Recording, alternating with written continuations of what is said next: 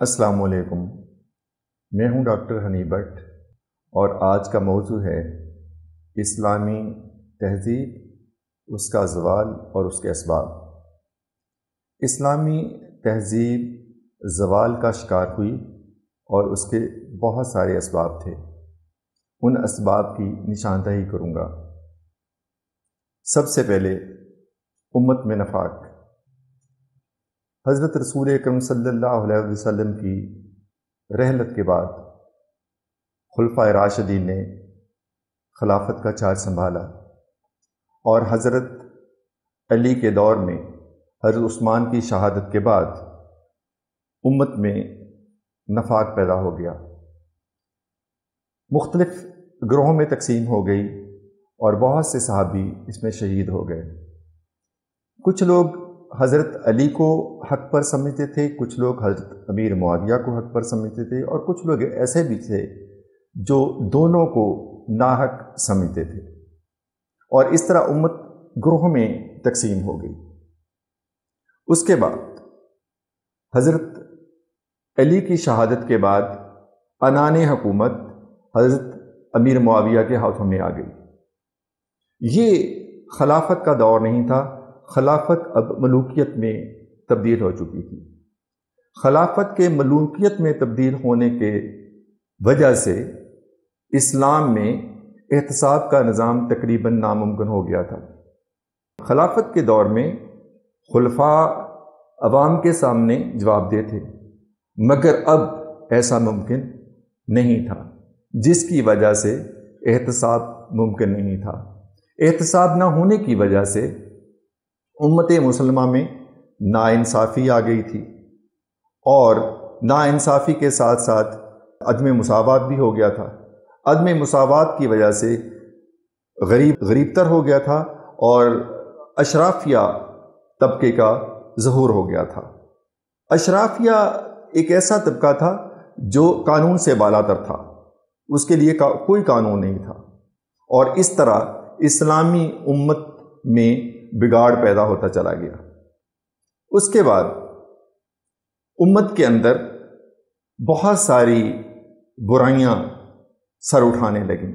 پہلے تو حضور اکرم صلی اللہ علیہ وسلم کی رہبری میں اسلام اور مسلمانوں نے اسپرچول طور پہ، روحانی طور پہ اور اخلاقی طور پہ بہت زیادہ ترقی کی تھی، اور حضور اکرم صلی اللہ علیہ وسلم کی رہنمائی نے انہیں اخلاقی اور روحانی طور پر بہت اوپر اٹھا دیا تھا۔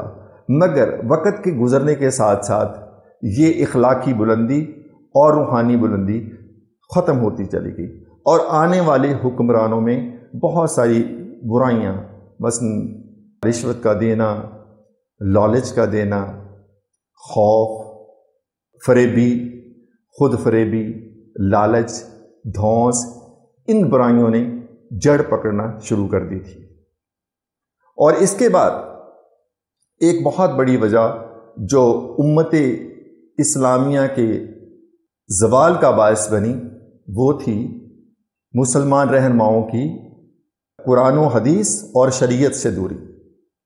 حضور اکرم صلی اللہ علیہ وسلم کے زمانے میں اور بعد میں خلفائے راشدہ مکمل طور پر قرآن و حدیث کا عملی نمونہ تھے، لیکن آنے والے جو حکمران تھے وہ شریعت کے پابند نہیں تھے۔ جب وہ شریعت کے پابند نہیں تھے تو تب ان کے لیے شریعت کو نافذ کرنا، نہ تو ان کے اندر صلاحیت تھی، نہ وہ نافذ کرنا چاہتے تھے۔ شریعت کے نافذ نہ کرنے کی وجہ سے نظام عدل خطرے میں پڑ گیا، اور جب نظام عدل خطرے میں پڑ گیا تو پھر عدم مساوات آ گئی۔ عدم مساوات آنے سے غریب تر ہوتا چلا گیا اور امیر تر ہوتا چلا گیا، اور ایک کلاس نمودار ہوئی جو اشرافیہ تھی۔ اشرافیہ پھر اسی طریقے سے وہ احتساب سے بالا تر تھی، قانون کی پکڑ میں نہیں آتی تھی۔ طاقتور کے لیے قانون اور تھا اور کمزور کے لیے قانون اور تھا، اور اس طریقے سے جب یہ عمل ہوتا گیا تو بے انصافیوں کی وجہ سے یا انصاف کے نہ ہونے کی وجہ سے ملکی ترقی اور معاشرے کی ترقی رک گئی۔ جب معاشرے کی ترقی رک گئی تو دولت میں کمی آ گئی، قومی خزانہ خالی ہو گیا، اور جب قومی خزانہ خالی ہو گیا تو عوام کی بہتری کے لیے کام کرنے کے لیے کوئی پیسہ نہیں تھا، اور نہ ہی حکمران اپنی عوام کو خاطر خواہ ان کی بھلائی کے لیے اور ان کی رہنمائی کے لیے اور ان ضرورتوں کو پورا کرنے کے لیے کوئی دلچسپی رکھتے تھے۔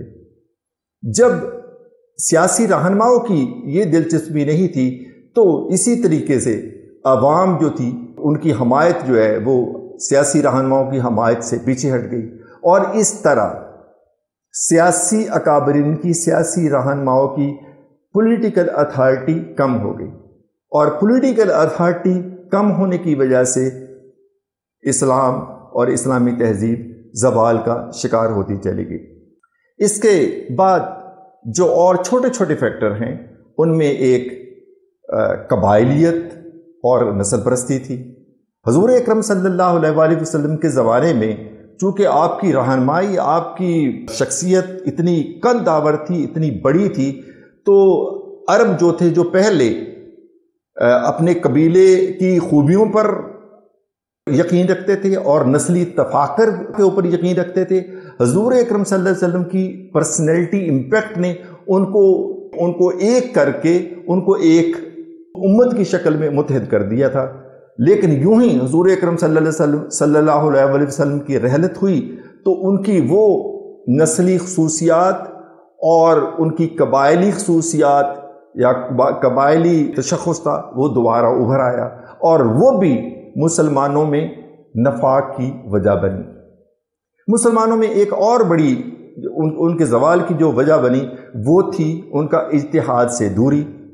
پہلے مسلمان چونکہ ایک دوسرے کے ساتھ اتفاق کرتے تھے، سیاسی اکابرین، سیاسی رہنما اور مذہبی رہنماؤں کا ایک دوسرے کے ساتھ چولی دومن کا ساتھ تھا، وہ ایک دوسرے کی مشاورت بھی کرتے تھے، ایک دوسرے پہ تنقید بھی کرتے تھے اور ایک دوسرے کی تصحیح بھی کرتے تھے، لہٰذا ان میں کوئی نفاق نہیں تھا۔ اس لیے وہ ہر مسئلے کے اوپر، ہر جہاں بھی ان کو رکاوٹ آتی تھی تو وہ اس کا تدارک کر لیا کرتے تھے، اس مسئلے کا حل کر لیتے تھے۔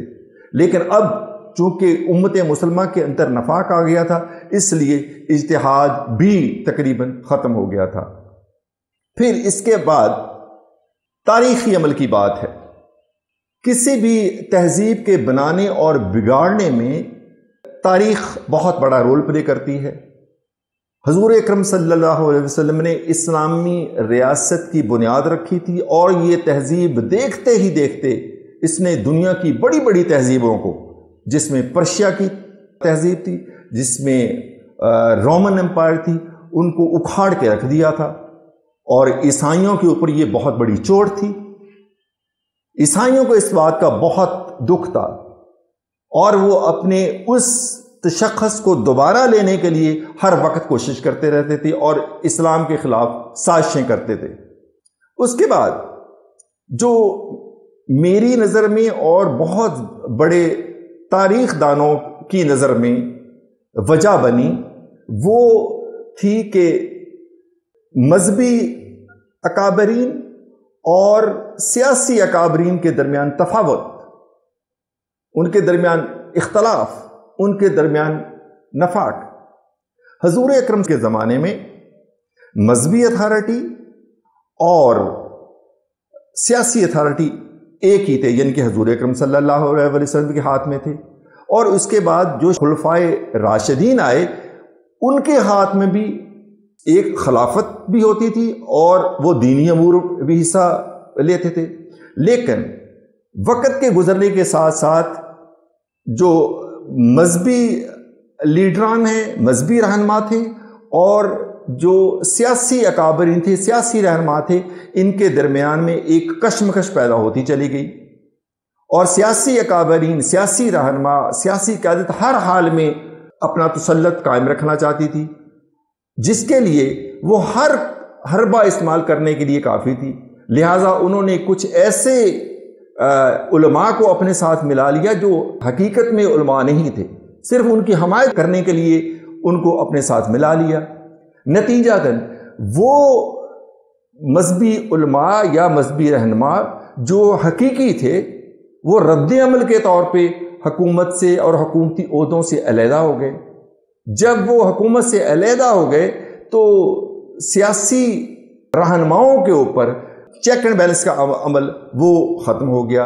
اب ایک طرف تو حکمران جو تھے ان کو عوام کی ضروریات اور برائیوں سے کوئی سروکار نہیں تھا، دوسری طرف وہ جو حقیقی مذہبی رہنما تھے وہ مسلمانوں یا عوام کی روحانی اور اخلاقی رہنمائی تو کر رہے تھے مگر ان کے حقوق ان کے لیے نہیں لڑ رہے تھے۔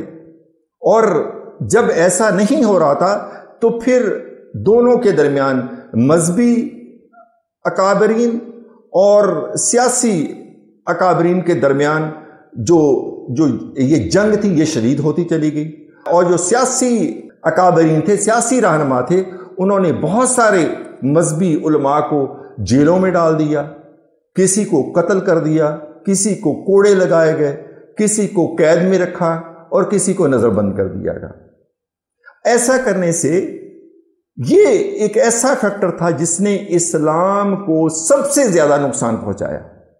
اگر وہ علماء، حقیقی علماء جنہوں نے اپنے آپ کو حکومتی عہدوں سے علیحدہ کر لیا تھا، وہ ان عہدوں سے علیحدہ نہ ہوتے بلکہ عہدوں میں رہتے ہوئے ہی عوام کے حقوق کے لیے اور سیاسی اصلاح کرتے تو شاید وہ ان حکمرانوں کو بہت ساری جو برائیوں سے روک سکتے تھے، مثلا کہ وہ ان کو عوام کے حقوق کی حفاظت کے لیے مجبور کر سکتے تھے، وہ ان کو یہ کرنے کے لیے مجبور کر سکتے تھے کہ وہ جو فضول خرچیاں کر رہے ہیں، وہ جو عیاشیاں کر رہے ہیں وہ نہ کریں، اور وہ جو اقربا پر بھی کر رہے تھے اور جو انہوں نے بہت سارے اپنے قریبی رشتہ داروں کو اور من پسند نااہل لوگوں کو بڑے بڑے عہدوں کے اوپر لگا دیا تھا، وہ ان کو اس سے روک سکتے تھے۔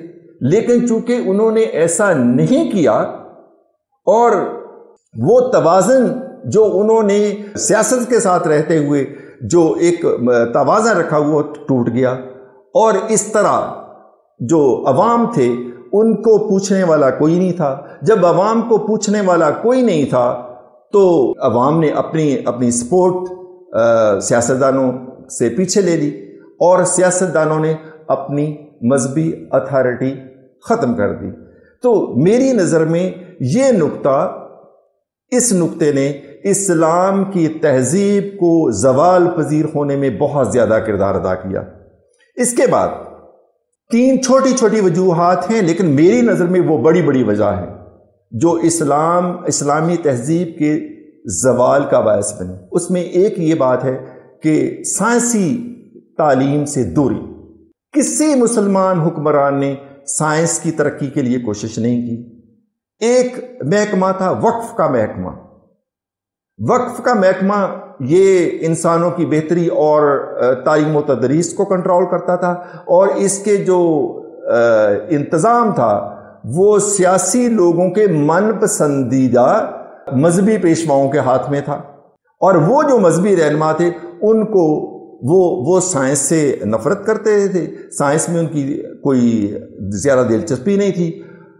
وقف کے اندر جو مدرسے تھے، جو مدرسوں میں تعلیم دی جاتی تھی وہ صرف قرآن، حدیث اور شریعت کی تھی، اور اس میں کسی کو سوال پوچھنے کا حق نہیں تھا۔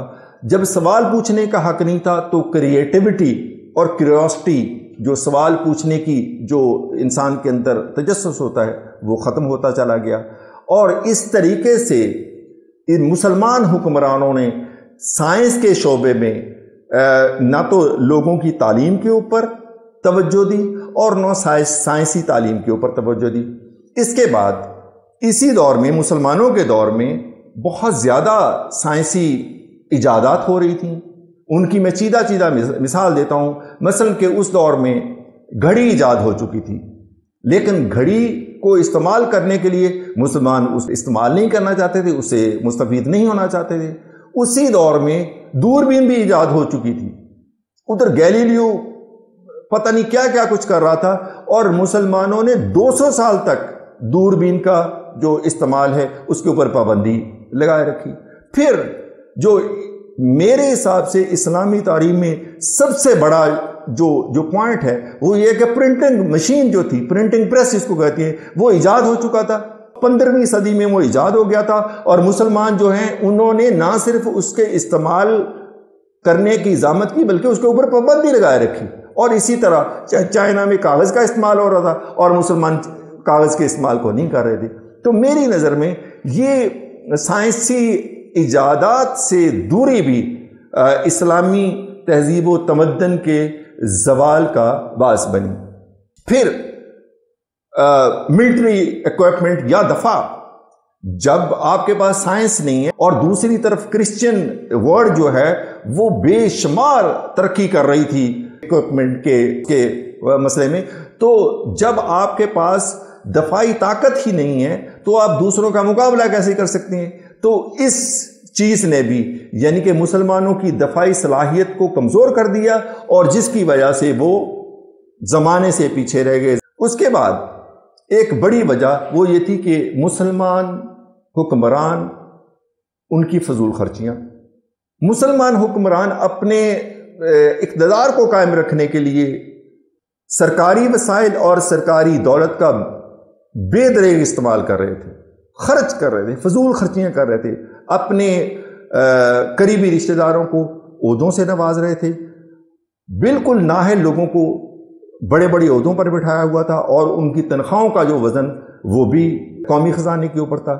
پھر وہ بڑے بڑے محلات تعمیر کر رہے تھے، بڑے بڑے حرم تعمیر کر رہے تھے، اور ان کی تزئین کر رہے تھے، ان کو سجاوٹ کر رہے تھے، ان کو عوام کے دکھ سکھ سے، عوام کی ضروریات سے ان کو کوئی سروکار نہیں تھا۔ عوام کے اوپر ٹیکسوں کا بار لگا دیے گئے، اور جب عوام اور دوسری طرف یہ راگ گانے اور اس طرح کی غیر سنجیدہ ایکٹیویٹیز ہیں ان میں مصروف ہو گئے تھے۔ پھر غیر ضروری ملٹری کمپینز تھیں جن کے اوپر اسٹینڈنگ فورسز کے اوپر یہ اتنا روپیہ، عثمانیہ سلطنت والے، عثمانیہ یہ کھڑی ہوئی فوجوں کے اوپر خرچ کر رہے تھے۔ جب آپ اتنا زیادہ خرچ کریں، ایک طرف آپ کی عیاشیاں ہیں، دوسری طرف آپ کی پسندیدہ ملٹری کمپینز ہیں، تو ظاہر ہے کہ قومی خزانہ کیا کر سکتا ہے۔ اس کے بعد اور چھوٹی چھوٹی وجوہات ہیں جس میں آپ ان کو ہم کہتے ہیں کہ ایکسٹرنل فیکٹرز، لوگ ان کو انگریزی یا غیر ملکی مفکرین ہیں وہ ایکسٹرنل فیکٹرز کے نام سے یاد کرتے ہیں، مثلا کہ تیمور نے حملہ کر دیا، مسلمانوں کو کافی نقصان ہو گیا، تہذیب کو نقصان ہوا۔ پھر چنگیز خان نے حملہ کر دیا، بغداد کو اجاڑ کے رکھ دیا۔ پھر ادھر سے صلیبی جنگوں میں بھی ان کا بہت زیادہ نقصان ہوا، اور آخر میں کالونیل سسٹم، جو برٹش کالونیل سسٹم تھا، امپیریلزم جس کو کہتے ہیں، اس نے بھی۔ لیکن میری نظر میں یہ چھوٹا چھوٹا نقصان ہے، بڑا نقصان وہ تھا جو اس سے پہلے ہوا۔ آخر میں اب یہ میں کہتا ہوں کہ یہ سب کچھ ہوا، یہ کیسے ہوا، کس فارمولے کے تحت ہوا؟ میری نظر میں کسی بھی تہذیب کے بگاڑنے اور سنوارنے میں جو بنیادی کردار ہے وہ فرد کا ہے، کہ ایک فرد جو ہے اس کی ویل بینگ کو کیا وہ تہذیب اس کی ضرورت کا خیال رکھتی ہے؟ کیا وہ اس کو روٹی کپڑا اور مکان دیتی ہے؟ کیا وہ اس کی صحت کا خیال رکھتی ہے؟ یعنی کہ بنیادی نکتہ کسی بھی تہذیب کے پنپنے میں اور کسی بھی تہذیب کے زوال پذیر ہونے میں، جو بھی تہذیب اپنے فرد کا، اپنی عوام کا خیال نہیں رکھے گی، وہ وقت کے ساتھ ساتھ وہ زوال پذیر ہو جائے گی، اور جو تہذیب اپنے فرد کا خیال رکھے گی وہ عروج پہ چلی جائے گی۔ ابن خلدون کہتا ہے کہ کسی بھی قوم یا کسی بھی تہذیب کے اجاڑنے میں اور اس کو بنانے میں بہت سارے فیکٹر ایک دوسرے کے ساتھ ملے ہوتے ہیں، جن میں تاریخی فیکٹر ہوتے ہیں، جغرافیائی فیکٹر ہوتے ہیں، جس میں معاشی فیکٹر ہوتے ہیں، جس میں اقتصادی فیکٹر ہوتے ہیں، جس میں سوشل فیکٹر ہوتے ہیں، سماجی فیکٹر ہوتے ہیں۔ یہ فیکٹر مختلف طریقے سے ایک دوسرے کے ساتھ عمل کر کے کسی بھی تہذیب کے ابھارنے اور اس کو نیچے بٹھانے میں رول پلے کرتے ہیں۔ ابتدا کا جو مسلمان تھا اس کے اندر روحانی طاقت تھی، اس کا عقیدہ خدا کے اوپر اور خدا کے نبی کے اوپر بہت زیادہ تھا، اس کا کردار بلند تھا اور اس کے اندر اخلاقی جرأت تھی اور اخلاقی طاقت تھی، لیکن آنے والے حکمرانوں کے اندر یہ ساری چیزیں، یہ سارے رویے، اخلاقی طاقتیں اور روحانی طاقتیں ختم ہو چکی تھیں۔ ان ختم ہونے سے اسلامی جو تہذیب ہے وہ زوال پذیر ہو گئی۔ اب میں اپنے اس مضمون کو ختم کرتا ہوں۔ انشاءاللہ تعالی نیا ٹاپک امت اسلامی اور اس کے جو مسائل ہیں اور ان کا جو حل ہے اس کے لیے دوبارہ حاضر ہوں گا۔ تب تک اپنا خیال رکھیے۔ اللہ حافظ۔